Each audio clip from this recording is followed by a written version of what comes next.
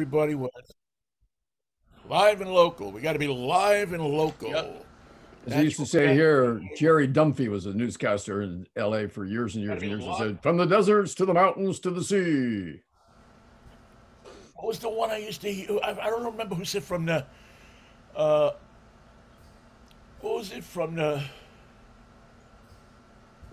mountains to the bare midriff of California? It's the 7 o'clock news. There you go. And you're lucky to be here. That's New York Vinnie. He's in Seattle, Washington. And that's Michael Knight, and he's in Pasadena, California. Although Mikey behind me is not. Do you even is not Seattle? Do you even recognize what's behind me?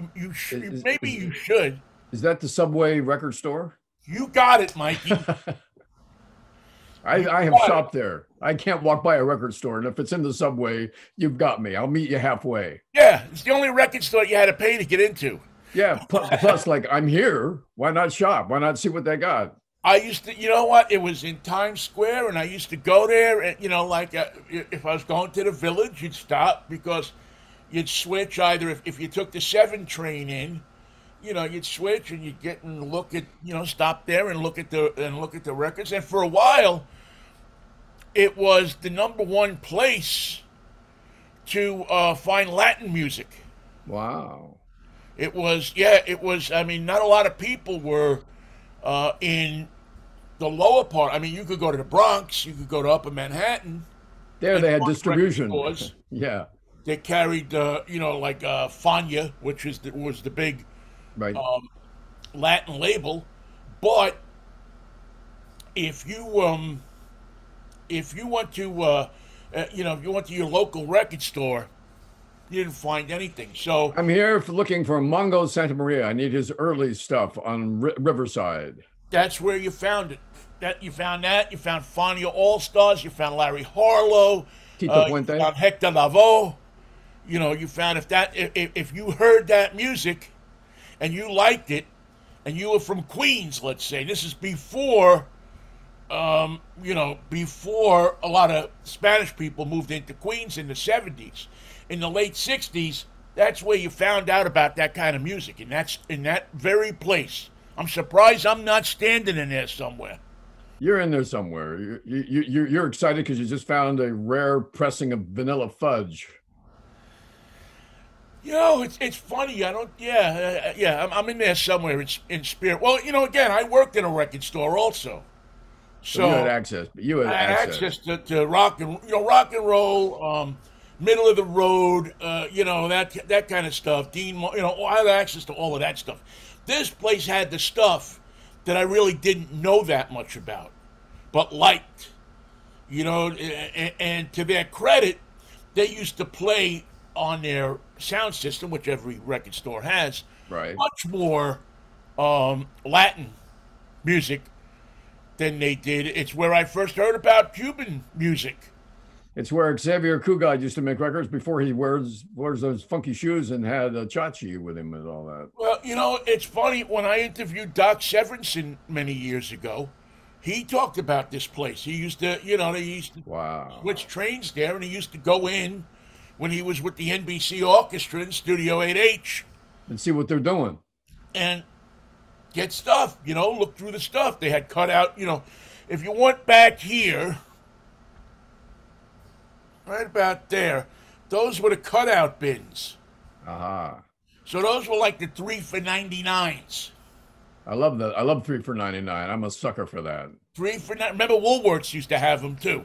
3 for 9. Had the 45s, 3 for 99 in the plastics, in the, the wrap, the plastic sleeve.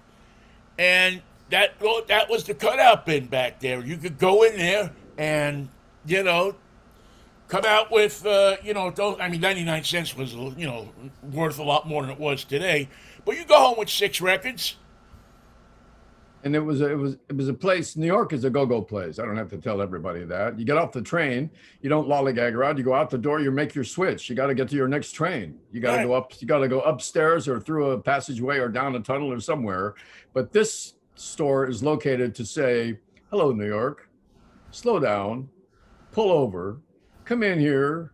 So you don't know who Tito Puente is. I can't help that, but here's some of his stuff. We're playing this. Yeah, we got Frankie Valley. He's over there if you need that. But take a listen.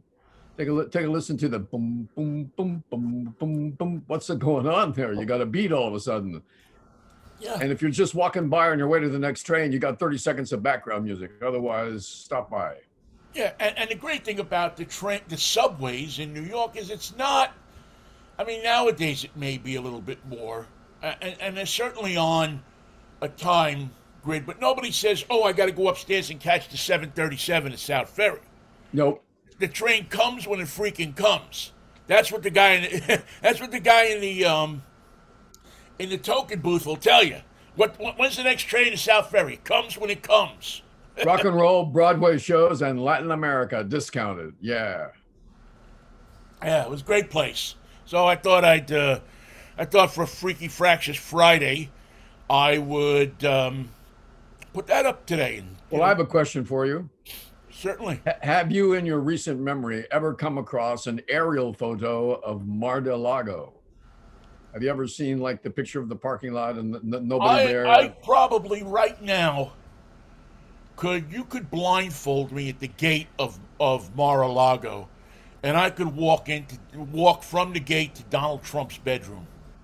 You could pop the safe. I bet if I gave you another 5 minutes. Well, that idiot probably left the safe open.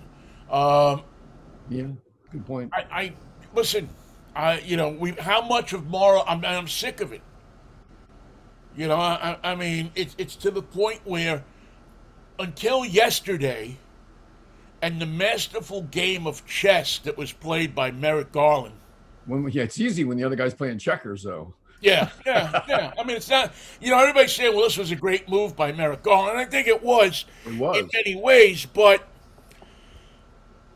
yeah, I mean, you're dealing with you're not dealing with high IQ. You're not dealing with I don't know, Sam Irvin and John Dean and John Mitchell, and you just Sam Irvin used to give me chills whenever he would say, "Well, I'm just a country lawyer." yeah, Now, anytime he prefaces a comment, "But I'm just a country lawyer," you are in some deep shit. I don't know what he's going to say next, but it ain't going to be good for you. And yeah. here's something, Vinny, that you probably thought of. You probably have some lawyers in your family, bright Italian minds, put together what you would call a We worst know case. lawyers. Let's just say, let's just go that we know lawyers. Even better to know a good lawyer. You get good advice. And here's what Donald Trump didn't get. He didn't get good advice. There was nobody No, on his legal team that said, "Wait a minute, if we do that, what can they do?" no, No one ever said, "Hold on a minute. If we ask for that, what will they give us?" I don't believe that, Michael. I think that he probably got good advice. I'm sure that several of his lawyers probably said to him, "Turn the papers over. Let's get this. Let's get in front of this. Turn the papers over to these people, and let's move on. You have no reason to have them unless you're going to use them for something nefarious. Right. So give them to him." And I'm sure that big old President Slapdick said, "No, I'll do it my way." That's the problem. There's two problems with Donald Trump. Number one, as we know, he never pays his lawyers. No, that's a bad idea. He thinks it's a privilege to lawyer for him. The second thing It's good for is your that business. You can put it on your resume, put it on your loop. Yeah, put it yeah, on your yeah. tape. The second thing is because he doesn't pay his lawyers, he doesn't get the quality of legal. I have to take this call, Ben. You can just keep talking. Right, he doesn't get the quality of legal advice Hello? that he should get, and, Hello? and, and so it I'm really. here. I mean, it's really kind of crazy. Hello? So I'm here. Hello? unfortunately, depending on how you Yes. look at it, he bites I his. can. I'm doing He the show with he Vinnie. bites Go ahead. his. How would you say? Bites his tail to spite his butt. I'm doing the show You know, with Vinnie. is what I'm saying. and so he's behind the eight ball to begin with. And not that I feel sorry for him for that, in no Sorry, shape, Ben. manner, or form, because he gets what he deserves. And But what he deserves is kind of up in the air at this point. I don't know what the next legal step's going to be, but it's going to be ugly to see. well, This we're is going to know in about an hour and a half. because at 3 o'clock this afternoon, the 45th President of the United States has to say to a judge in southern Florida, he has to say either show the papers, the warrant, the inventory list, or don't show it. And I have a feeling either way, he's going to be screwed. Because if he shows the papers, he then says to the world, okay, this is what they took, and they find that there's this, that, the other thing. Some people say that there's nuclear stuff in there. I take everything I hear with a grain of salt, because every talking head in the world has had 5 minutes on CNN or Fox or MSNBC in the last few days. But it was Washington Post who came up with that fact, or that assertion. Right, and they had to be a lot more credible. It got ink. I'll say that. You're right, Vin. If you have 3 sources, you can print it, and I bet you they had 3. Yeah. So there. Listen, the Republicans, in one sense, will publicly rally behind Donald Trump, but you don't think, when you saw, because he raises money, he raised millions on this. Yeah. This is the best thing that could have happened. I get the Trump emails, and the day it happened, after he announced it, less than 5 hours, I got an email soliciting $45 from me. 45? Oh, because he's the 45th president. Yeah, I wouldn't give you 45 drops of sweat off my scrotum. That's descriptive.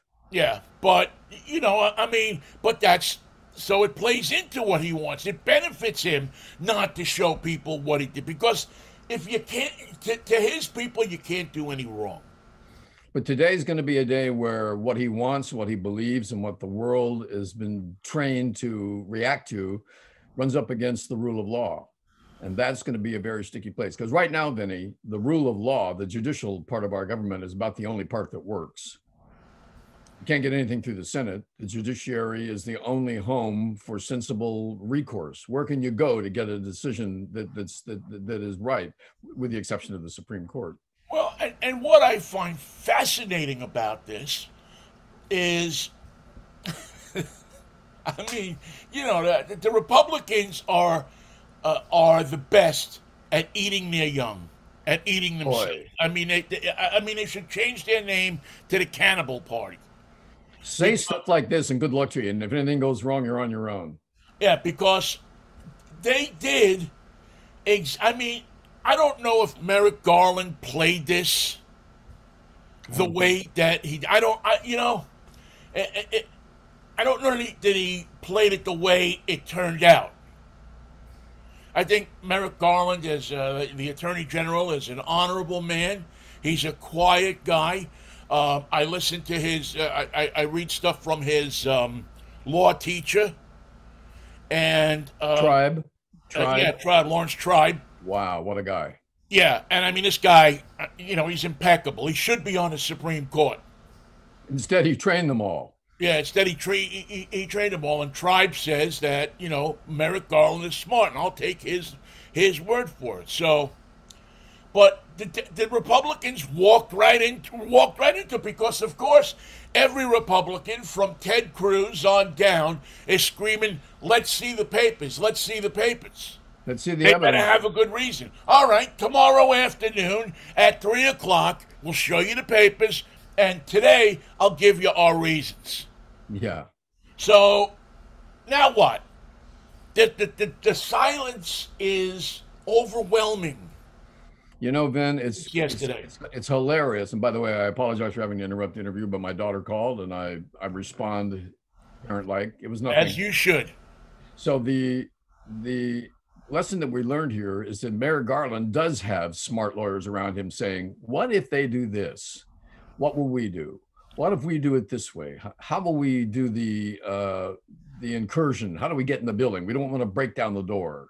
How do we get their lawyer? And their lawyer, by the way, the one that went with the FBI through the entire event and witnessed the whole seizure of documents, later went on Fox and said she had no idea what Donald Trump wanted to do. She hadn't talked to him because it hadn't been important enough for her to get in touch with him personally. She doesn't know what they took. She has no idea if there's any nuclear papers. She has no idea what the content of the material was, sitting there in boxes, and she has no idea. It's the in possession of her client, who she didn't talk to. She got wheeled around by the FBI, who apparently she just said, and here's the master den, and you get the royal bedroom upstairs, and this is the way to the pool, and there's a sauna. Yeah. It's not on right now, but I can have them turn it on for you. It'll be ready in 20 minutes. We have coffee and cold beverages in the study for you. And the European breakfast is, we took it up. Right, but sit down for lunch though. Would you like anything, you guys? So think about that. We have a sole menu today as our special for lunch. You know, Michael, I could have boiled. You know how I think too. You know what I'm going to say. I could have boiled. Yeah, I could have boiled Merrick Garland's speech down to one line. Hello there. Yeah, it's not personal. It's just business. I wanted this. I wanted this for myself. I wanted to be in the middle of all this. Who wants this? Not personal. It's just business. It's just business. We don't do personal. Now, if you're the Cincinnati nail boy, that's personal. That's not business. Well, see, this is the problem that we have in America today. You know, I mean, now we're looking at this radicalized group of numbnuts that think it's a good idea to run around and try to kill people. The guy on his Facebook posting let him know that he thought that the nail gun was going to get him through the super protective windows, the one-way glass and all that stuff that the FBI has protecting the lobby. And it didn't work. And damned if he wasn't surprised by that, because he doesn't have smart people around him to say, what if that doesn't break the window? Then what are you going to do? I got my AR-15. Yeah, well, they've got them too. You're in the lobby of the FBI. If you want to look like a target, this would be the place to. If you want armed men, this is where you're going to find them. Although, Mikey, I do have to say that I for a few years lived on 69th Street and 3rd Avenue in Manhattan. And what happens there? Well, right at 69th and 3rd Avenue, there was a deli. And then across the street was the apartment that I used to hang in. I mean, I lived there full time. I slept there a lot, Manhattan, pouring around. And then you walk up the block about another, and let's just say a lot of illegal substances were being dealt, sent, consumed in that apartment. It's an illegal town. If you walk another 200 or 300 feet up 69th Street, you will find the headquarters, or at least it used to be, I don't know about now, you'll find the headquarters of the FBI. They got to live somewhere. They were right up the block from us. There was always all these cars with federal plates parked. You couldn't get a parking space on the street. FBI does get good parking. They had great parking. Double parking. Yeah, I'll bet. You tell him to move his Ford Victoria. Yeah, what would I use? No, you know what? They had Plymouth Fury 1s. Oh, no. Yeah, you know those. No. And you could always tell it was a cop car, an FBI car, because if you looked at the regular Plymouth Fury, like the Fury 3, there were 2 taillights in the back. Right. The Fury 1s only had 1 taillight. One big long one? Well, no, one on each side, I'm saying. Oh, I see. Yeah, okay. So on the Fury 3, you had the tail light, and then you had the sconce, the molding that went in the middle. Then you had 2 tail lights on the right side. Okay. And the reverse light was in the middle. On the Fury 1, there was only 1 tail light on each side, no molding in the back. Of course, they made them cheap. I mean, they put the money in engines and stuff like that. You know what, Vinny? Everybody else on that block was aware that the FBI was there and they were watching out for men in suits, not you. Oh, the Fury 1. Did you see this tail lights? Look at this thing. It's a federal car. You can tell from a block away. Well, but you used to be able, that's how you could tell a cop car in New York, because the New York City police used the same cars. No. So who was selling these Furies? Airport Motors in Jackson Heights. I don't want to know the deal. That's where they used to buy them. That's business, not personal. No. That was the fleet headquarters for the New York City police, the U.S. government. I know the guy that used to be the guy that used to sell them to all of them. This guy named Eddie Miller. Hey, this is Eddie. Send me all your Furies. Yeah. And he was like the main fleet guy at Airport Motors, which is still standing today. It's not Airport Motors anymore. It's I think it's Eddie Koppel's dealership now. But when the new police cars came in, that dealership, they had the lot next to the dealership, and then the lot across the street was the used car lot. But you would go, and there'd be like 200 police cars. The green and whites? Sitting in there. Yeah, the green, black, and whites. And I remember there was a guy, because my Uncle Pat owned the gas station across the street from Airport Motors. It was a big garage. And, you would know when there was going to be new cop cars, because they would all show up and that's where they would number them and put the stickers on them. And wow. As a matter of fact, somewhere in my stuff, I think I actually may still have this. I have a sticker that they used to put on the police cars that says call 440-1234. Wow, that's an old one. Which was the number before 9/11.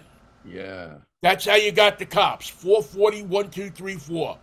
And I have it's a luminescent sticker. And it's about this wide, this big. And it used to go on the left side trunk of the police car.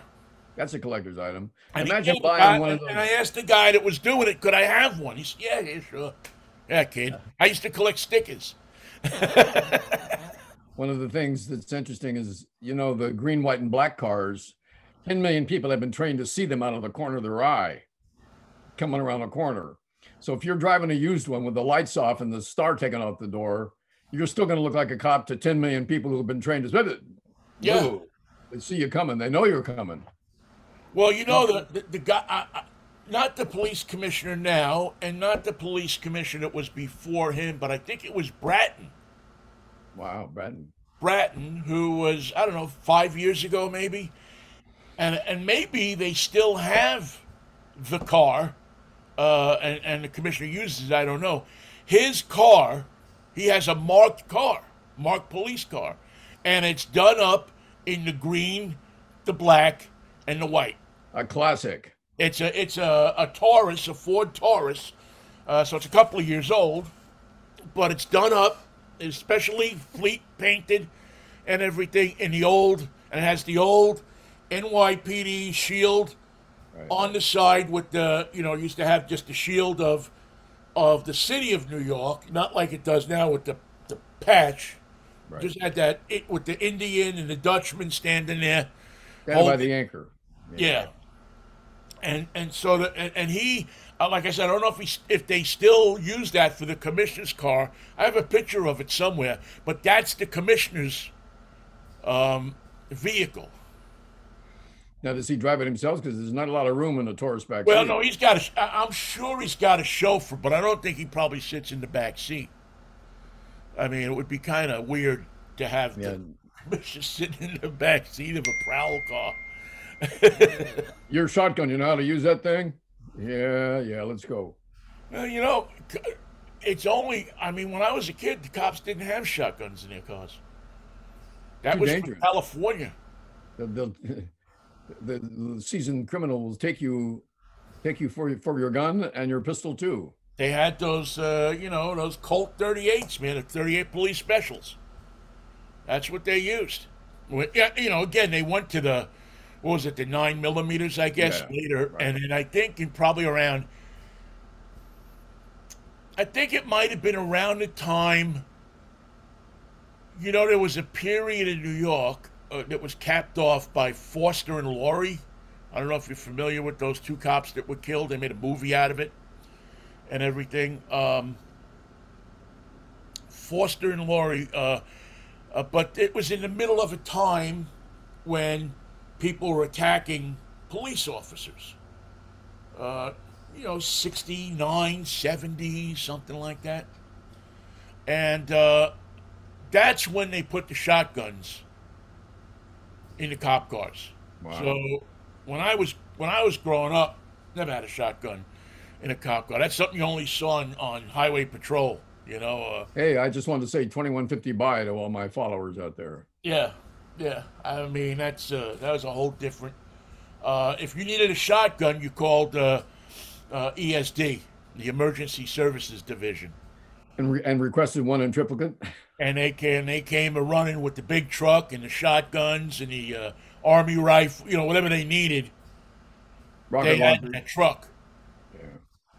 Yeah. It's a big, huge, huge, and it had a different siren than anything else. I Wow. mean, it had a siren that literally moved your car out of the way. Well, that's what I call backup. That's why I don't go into the apartment. They're just a few hundred feet from the FBI area. I don't go in that apartment without backup. So yeah, so now we're in a situation where Slapdick is getting his minions, his people, all excited. Now he'll tell you, well, I didn't tell him to do it. But yeah, No, actually, you did. you did. When you start to, you and your idiots who are trying to raise money on fear and and doing a good job of it. I mean, I can't imagine how much money they have.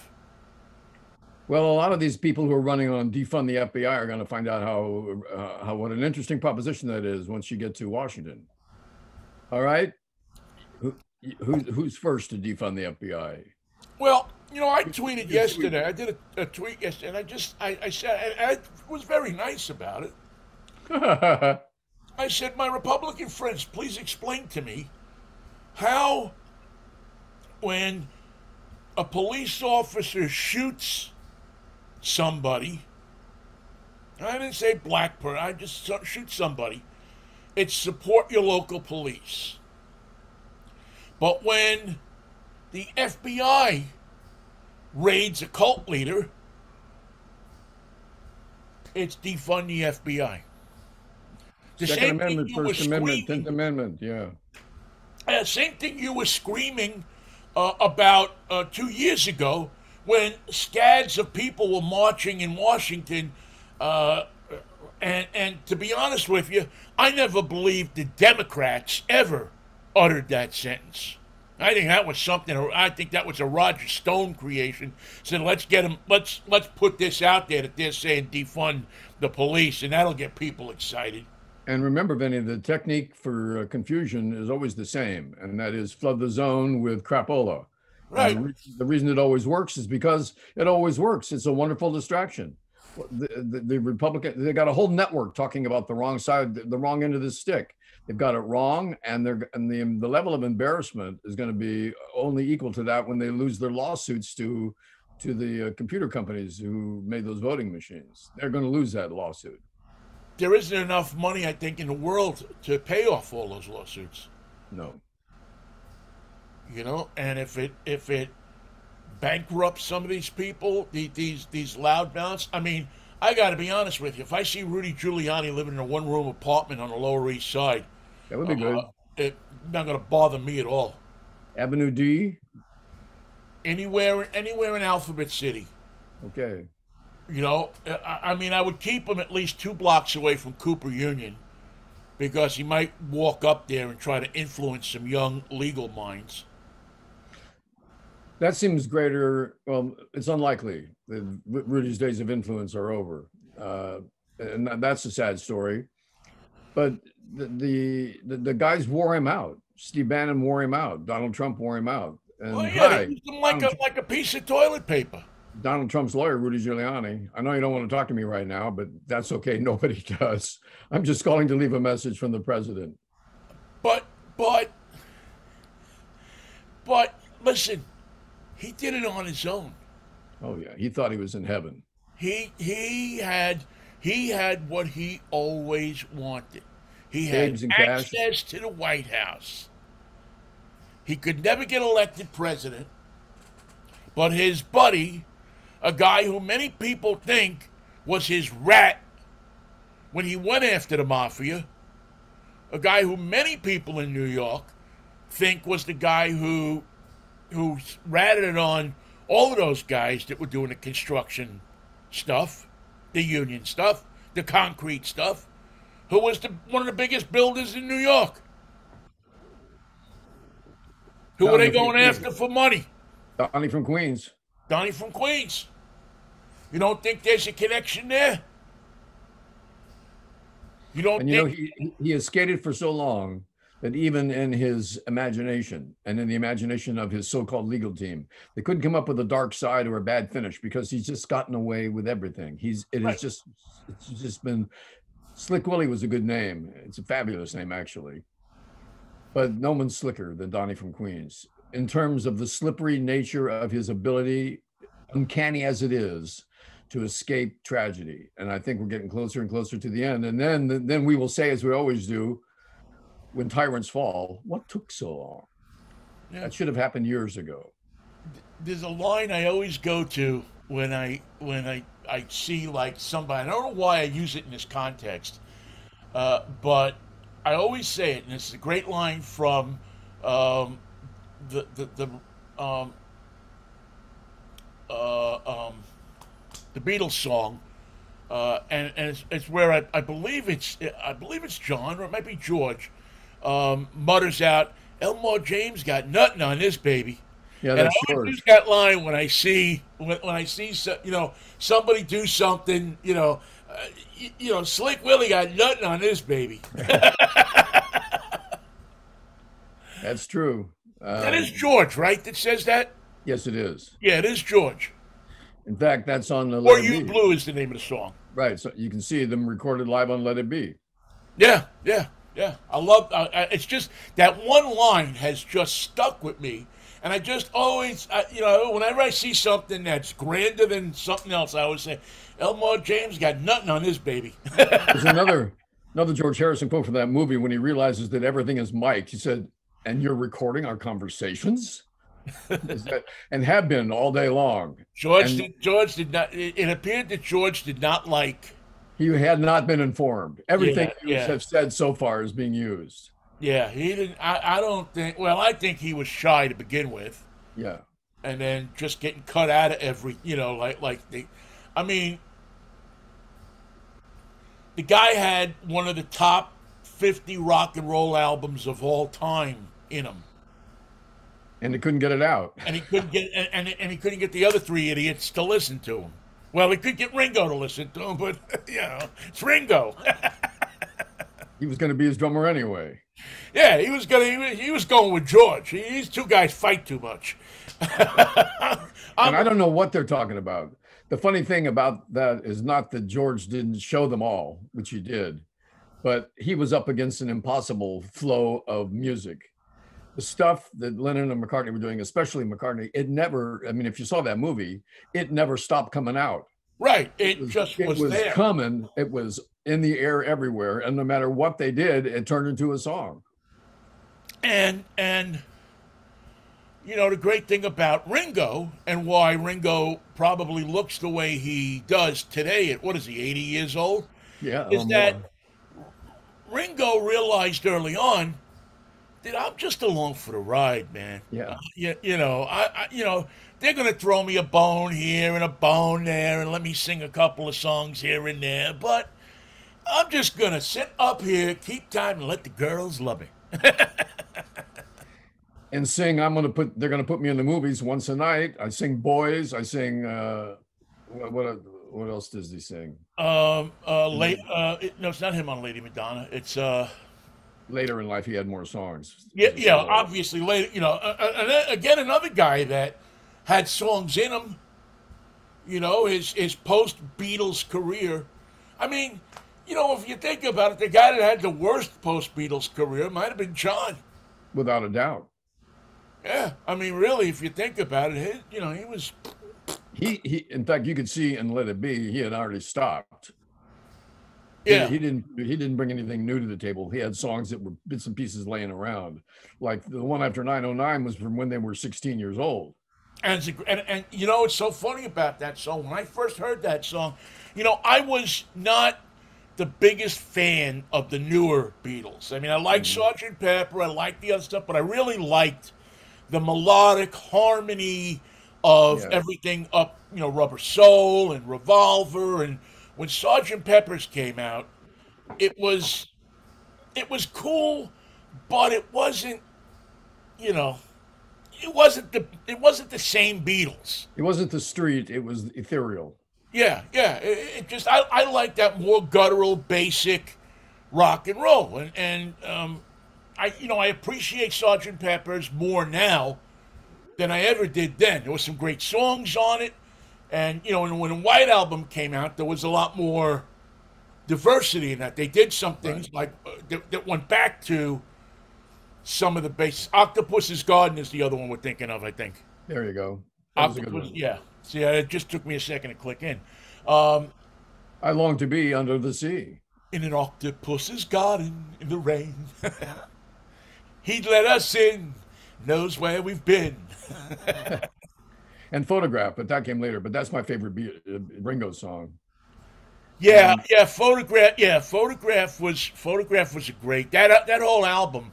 and when he played at the concert for George, he came out. They introduced him. He came out and he said, "Here's a song that George and I wrote together, and it's more poignant now than it was ever before." And they put up a photograph of George. Pretty moving. Yeah, yeah. George. George was he wasn't everybody's favorite Beatle for the most part, although obviously, A lot of girls going for the quiet guy. yeah, yeah, sheer numbers will tell still. But he was, in my mind, always was the more intelligent. Yeah, The way he worked God, and I mean, he was definitely religious. He definitely had the God thing going right. more than any of the other guys. Far more. Um, and yeah, you go back and look at George's work, and it's really, it's a beautiful, I mean, his work is beautiful. And to think that if somebody in Santa Ana, California, had not sent George a Rickenbacker 12 string when they were on the tour, gave it to him, said, "You might want to play this on some of your records sometime. Be nice to have it. You guys already play Rickenbackers. Here's a 12." And it changed not only their music, but it changed the Byrds' music, and it changed the California Jangle LA sound. It completely added a chapter of guitar revolution to the guitar. I mean, what I was listening to the other day was Eddie Cochran playing his Gretsch guitar. Listen to his opening. Go to YouTube and find Eddie Cochran singing "Summertime Blues" live. I'm three chords, Yeah. and the idea behind it is so simple, but watch him play it. It ain't simple because it's all touch and it's all feel. Well, guys like Eddie Cochran, Gene Vincent, Buddy Holly Buddy Holly. got more out of three chords. There's plenty in there. There's still Yeah, more. yeah, they got more out of three chords. It was. I always thought it was that they learned how to play guitar on a cigar box. They had They did. a branch and a cigar box, and it made three little sounds, and that's how they, how they learned until they could save up enough money to go to the hardware store, is where they sold guitars down in the South, and that's how they, and that's how they wound up. Or in Gene Vincent's case, up north, right? Wasn't he Yeah, from Gene Vincent. Minnesota? Yeah. Buddy was playing a Fender Stratocaster with a triple sunburst front way back in '58. And I swear to God, I don't know how they got that sound that they got in some of those things down in that little studio But Yeah, it was. Yeah, I mean, you think the of song that comes to mind is "Words I Love for You." yeah, Words of Love. Words of Love with the Words guitar of solo in it. love. The guitar is buried in reverb and Right, echo. right. The intro to that song is down, down, down, down, down. Words Yeah, of love. Yeah, I mean, it's it, yeah, it gives you anytime chills. you hear that, Yeah, it just it gives it. The song could be 100 years old. You could have heard it 1,000 times. it's a miracle. The When song is you a hear, miracle. yeah, when you hear the opening of that song, You're someplace else.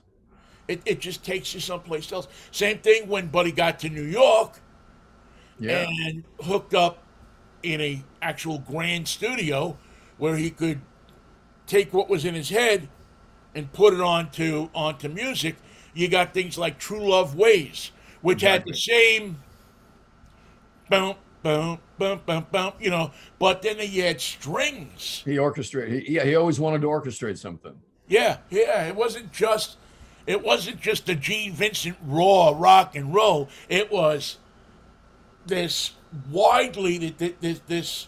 It was like going from black and white to Cinerama. And Buddy Holly could sell the rockers like Peggy Sue, but his great strength, probably in the later days, if had he lived, would have been doing ballads, because his thing of True Love Ways and Everyday, you could just see the direction he was going in. It was, God knows what would have happened when the Beatles hit if he had lived. He would have been part of a much larger picture of music. Yeah, because I always thought about this because I've been a Buddy Holly fan. We share the same birthday. I've been a Buddy Holly fan since I could walk almost, and I always thought that he and Lennon and McCartney would have, because they saw. I mean, obviously, the Beatles Yeah, were named after the Crickets, right.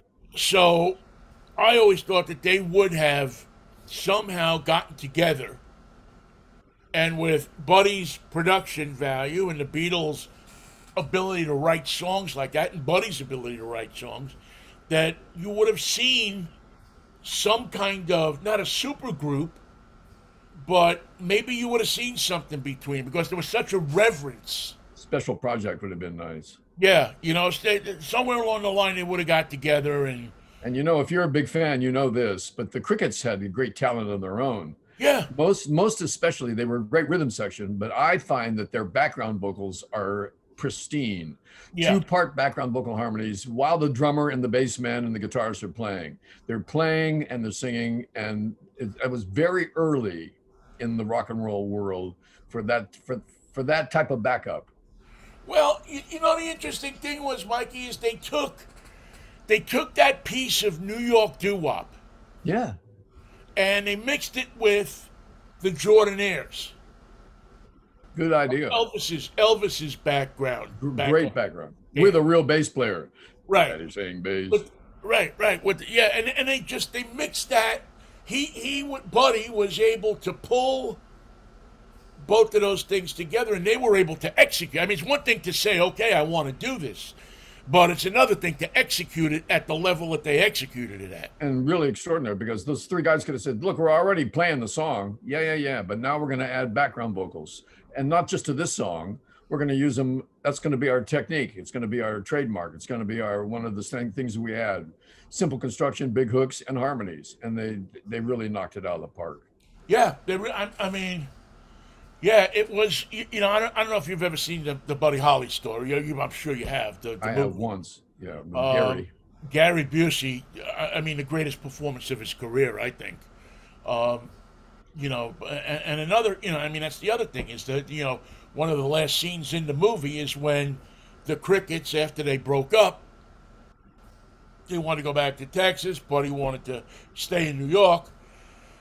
Wind up coming back to New York and going to, wanting to meet Buddy on the tour and get back together, and Buddy died that night. So I don't know if that's. I've heard different stories about that. That it was true. It was partially true. That there was a great. That there was talk of them getting back together, because they were, I mean, Buddy was making boku bucks, man. These guys were back in Texas working in a gas station pretty much. There's something about reviewing the work of groundbreakers and influential artists when you discover that they've got this personal gift that they're able to use, and it becomes a little bit of part, an ingredient in all their songs. I was watching video and listening to stereo mixes of Sly and the Family Stone, their early stuff, and my God, it's just magnificent. Yeah. It's just, who else has a girl come on, sing one line, the bass man sings one line, the brother sings one line, Sly sings the chorus, and you hit a big horn and trumpet and saxophone for the chorus, and Sly's playing the organ. It's a huge sound, and everybody has to sing, and everybody has to sing a lead part and a background part, and a boom, boom, boom, boom, boom, boom. Simple stuff that is magnified, multiplied by all their talent, the different individual bright spots on stage. And I think, Mikey, that we lose that today in the electronic age. In the What is it? computer Yeah. age. Show me what's better. Because now you don't have to think like that. You can say, oh, I'll do all the vocal parts, boom, you put it into the machine, and then you boom, put it into the machine, and it comes back. So you don't have to have Sister Sly, doing the second line, and Brother doing the third line, and then Sly coming back, and those great vocal groups that played Earth, Wind, and Fire. Yep. Another band that you listen to there. I mean, they're still out there today and touring, but it's not the same. They've lost a lot of the founders. Yeah, they lost a lot of the founders. Philip Bailey's voice isn't what it used to be. But yet, you go back to their initial records, and everybody's chiming in. They have a piece to do. They have a part to play, and it's a great arrangement. You got to play your instrument, but you got to be there for your part too. You got to sing. Yeah, you got to sing. Tower Power is great for that, for background vocals. Yeah. Strongest background vocals in the Bay, man. The Tower of Power. They know how to put together a 3-part harmony. Oh man, you haven't lived if you haven't seen Tower of Power live. They put on a show. Even today, I'll even tell you today that if you can ever go see Tower of Power, go see him. And tell him to do Down to the Nightclub. Oh, yeah. I mean, it's just Down in the Nightclub, or What Is Hip, or which was always one of my favorites. Or what's the what's the one I'm thinking of? That I don't know. My mind. Sparkling in the Sand. You're still a young man. You're still a young man. That's the one I love. You're still a young man. Everybody in, baby, da da. You got to hit those harmonies, and I mean punch them. Yeah. It's not just you're still a young man, baby. It's no, still it ain't. A young man, baby. Da-da! I mean, I don't know who wrote that, man, but it sells the song in the first line. Emilio Castillo and Mitch Kupka. Right, I remember Emilio used to come to the city all the time. Yes, I had him on the morning show. Yeah, he was on a bunch of.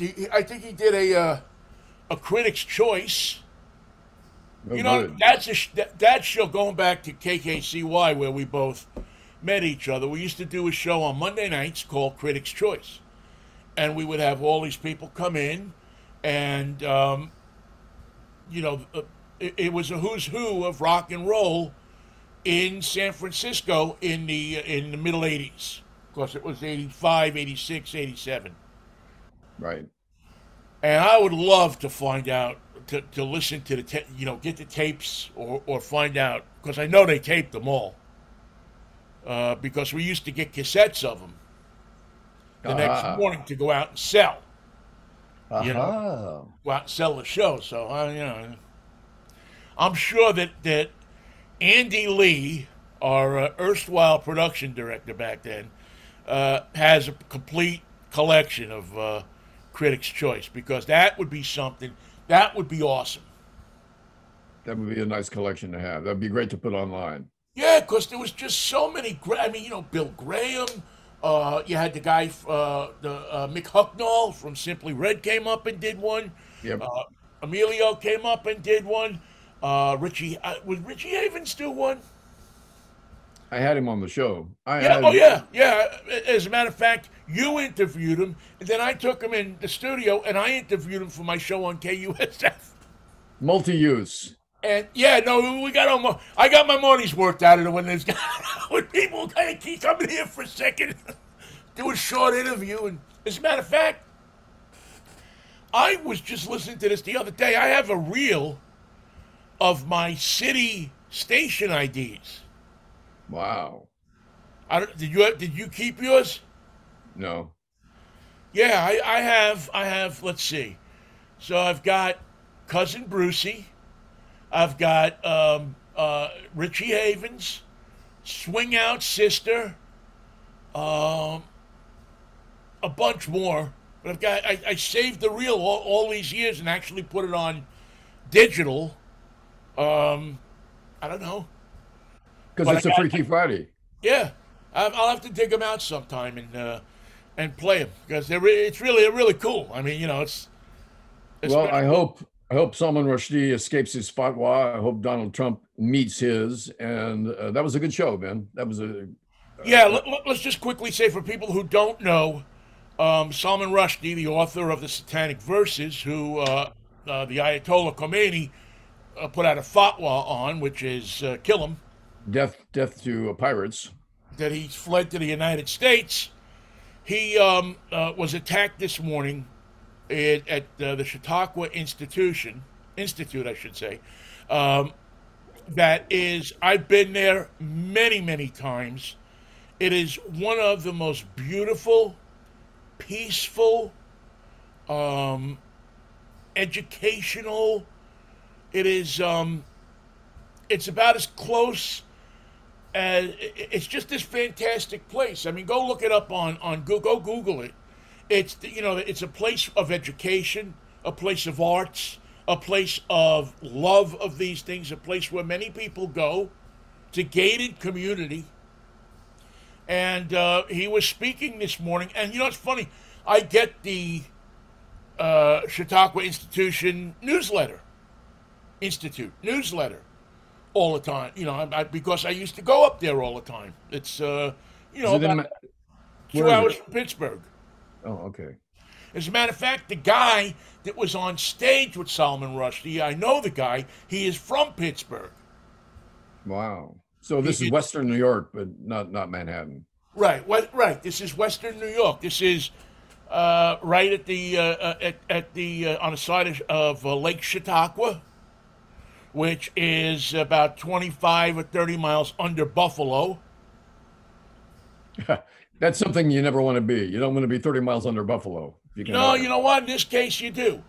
Um, as a matter of fact, I could almost imagine that Rusty had breakfast at the Stedman Cafe, which was my favorite breakfast spot up there.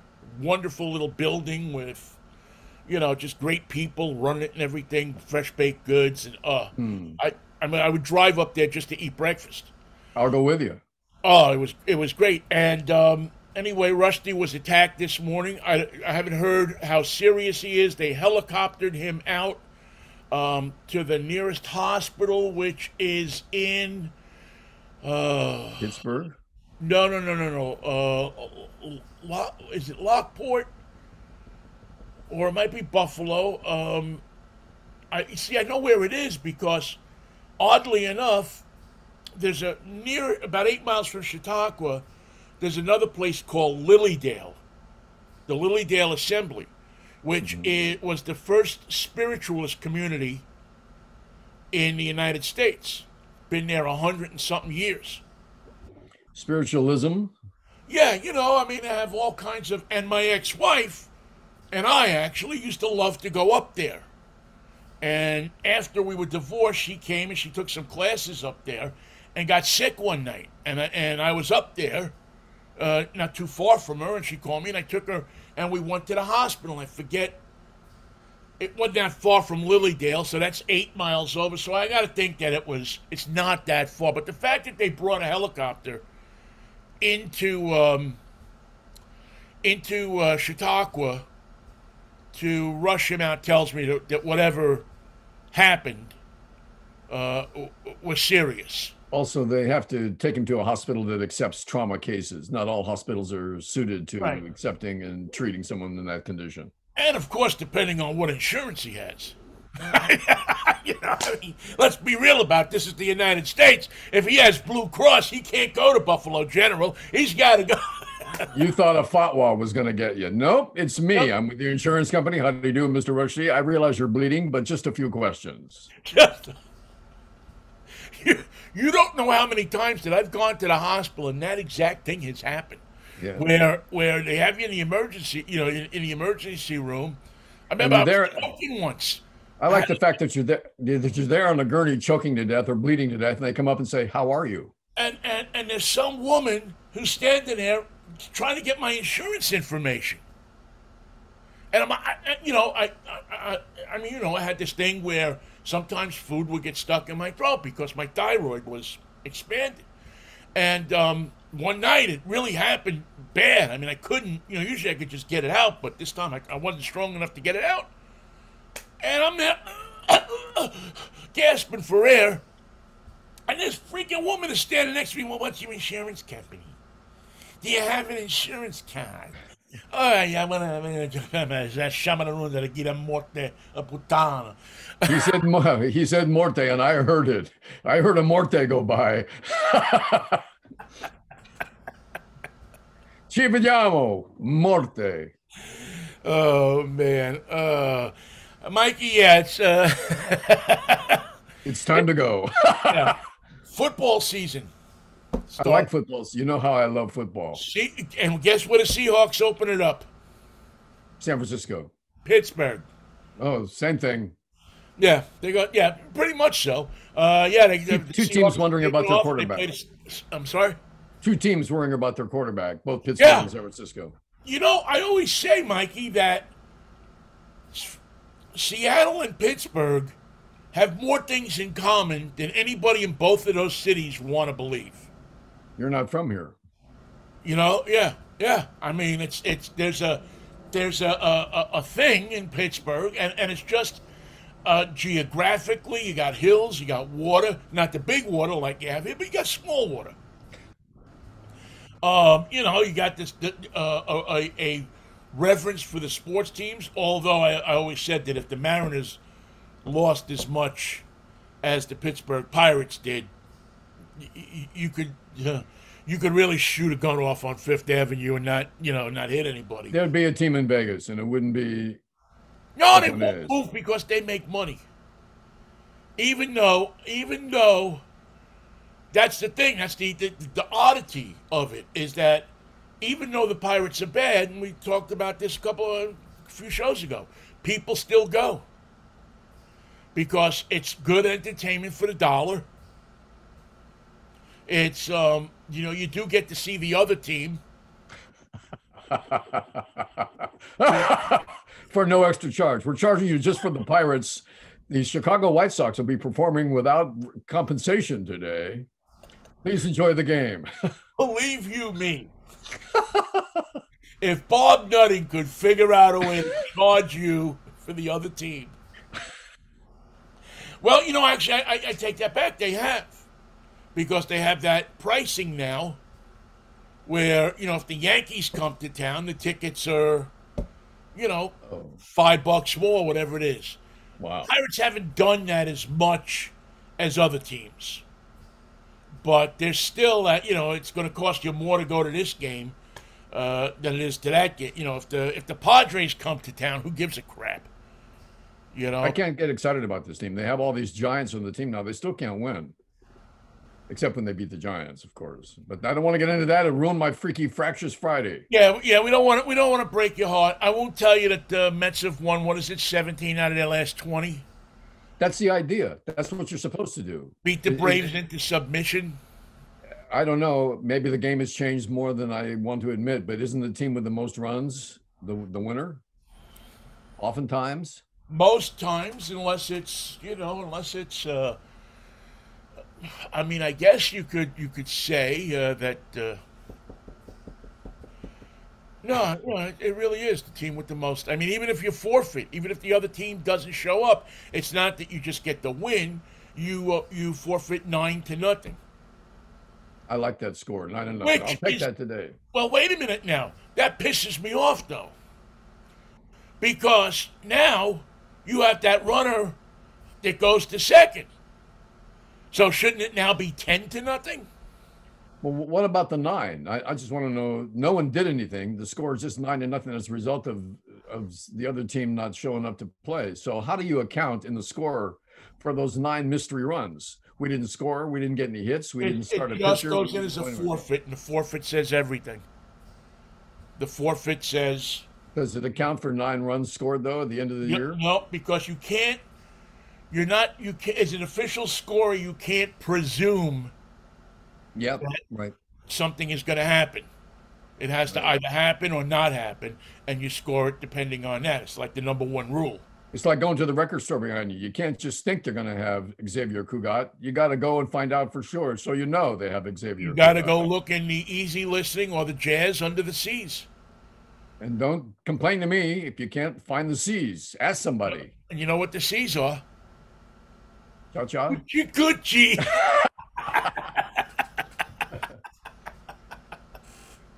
Oh God, Xavier, what have you done? Oh my God. Have a good weekend, Vinny. Mikey, have a great weekend, man. Everybody listen. We got a lot of listeners today, man. We're loaded today, man. Thank you, everybody, for listening.